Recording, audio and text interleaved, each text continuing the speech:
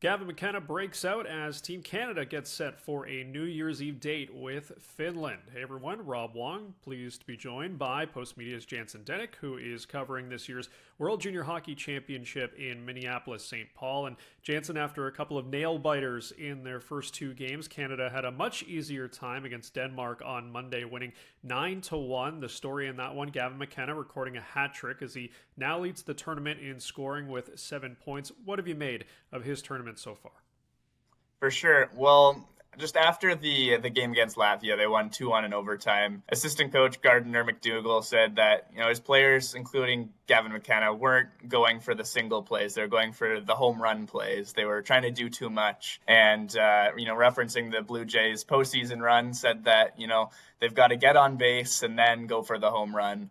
And, a lot of endless perimeter passing happening against the Latvians, not able to penetrate to the middle of the ice. And, I asked McKenna about McDougall's comments before the game against Denmark, and he said, he's always been a playmaker throughout his career, but he needed to set the example and start shooting the puck more.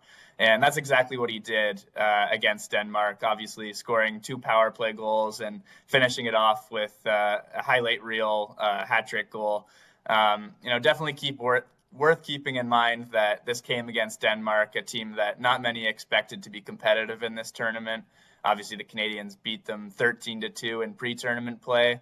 They only have a single NHL drafted prospect, but it is a confidence booster for McKenna. But the big test is obviously still coming up against Finland and in the elimination games to follow. Absolutely. We'll get to that Finland game in just a moment, but we know McKenna is always going to grab the headlines. But as you look beyond him, who else has jumped out to you so far through 3 games for Team Canada? For sure. Well, as an extension of McKenna, his second line with Michael Hage and Brady Martin has been by far the Canadians' best forward line, producing a good chunk of their offense. They've found some early chemistry. They're, finding ways to get the puck to the net. Against the Czechs and Latvia, it was a struggle for some of the other lines to spark that offense and chemistry, but they've, really looked good together throughout the tournament. Against Denmark, though, I thought that the top line of Michael Misa, Porter Martone, and TJ Ginla really popped off.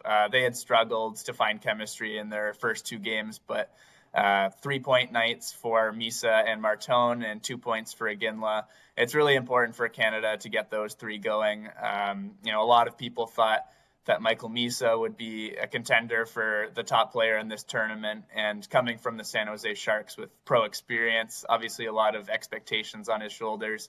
He had a tough adjustment back down to this junior level, but he looked more at home yesterday against the Danes. Of course, worth keeping in mind that it is Denmark and it's not a Finland, a Czechia, US, or Sweden, but important anyway.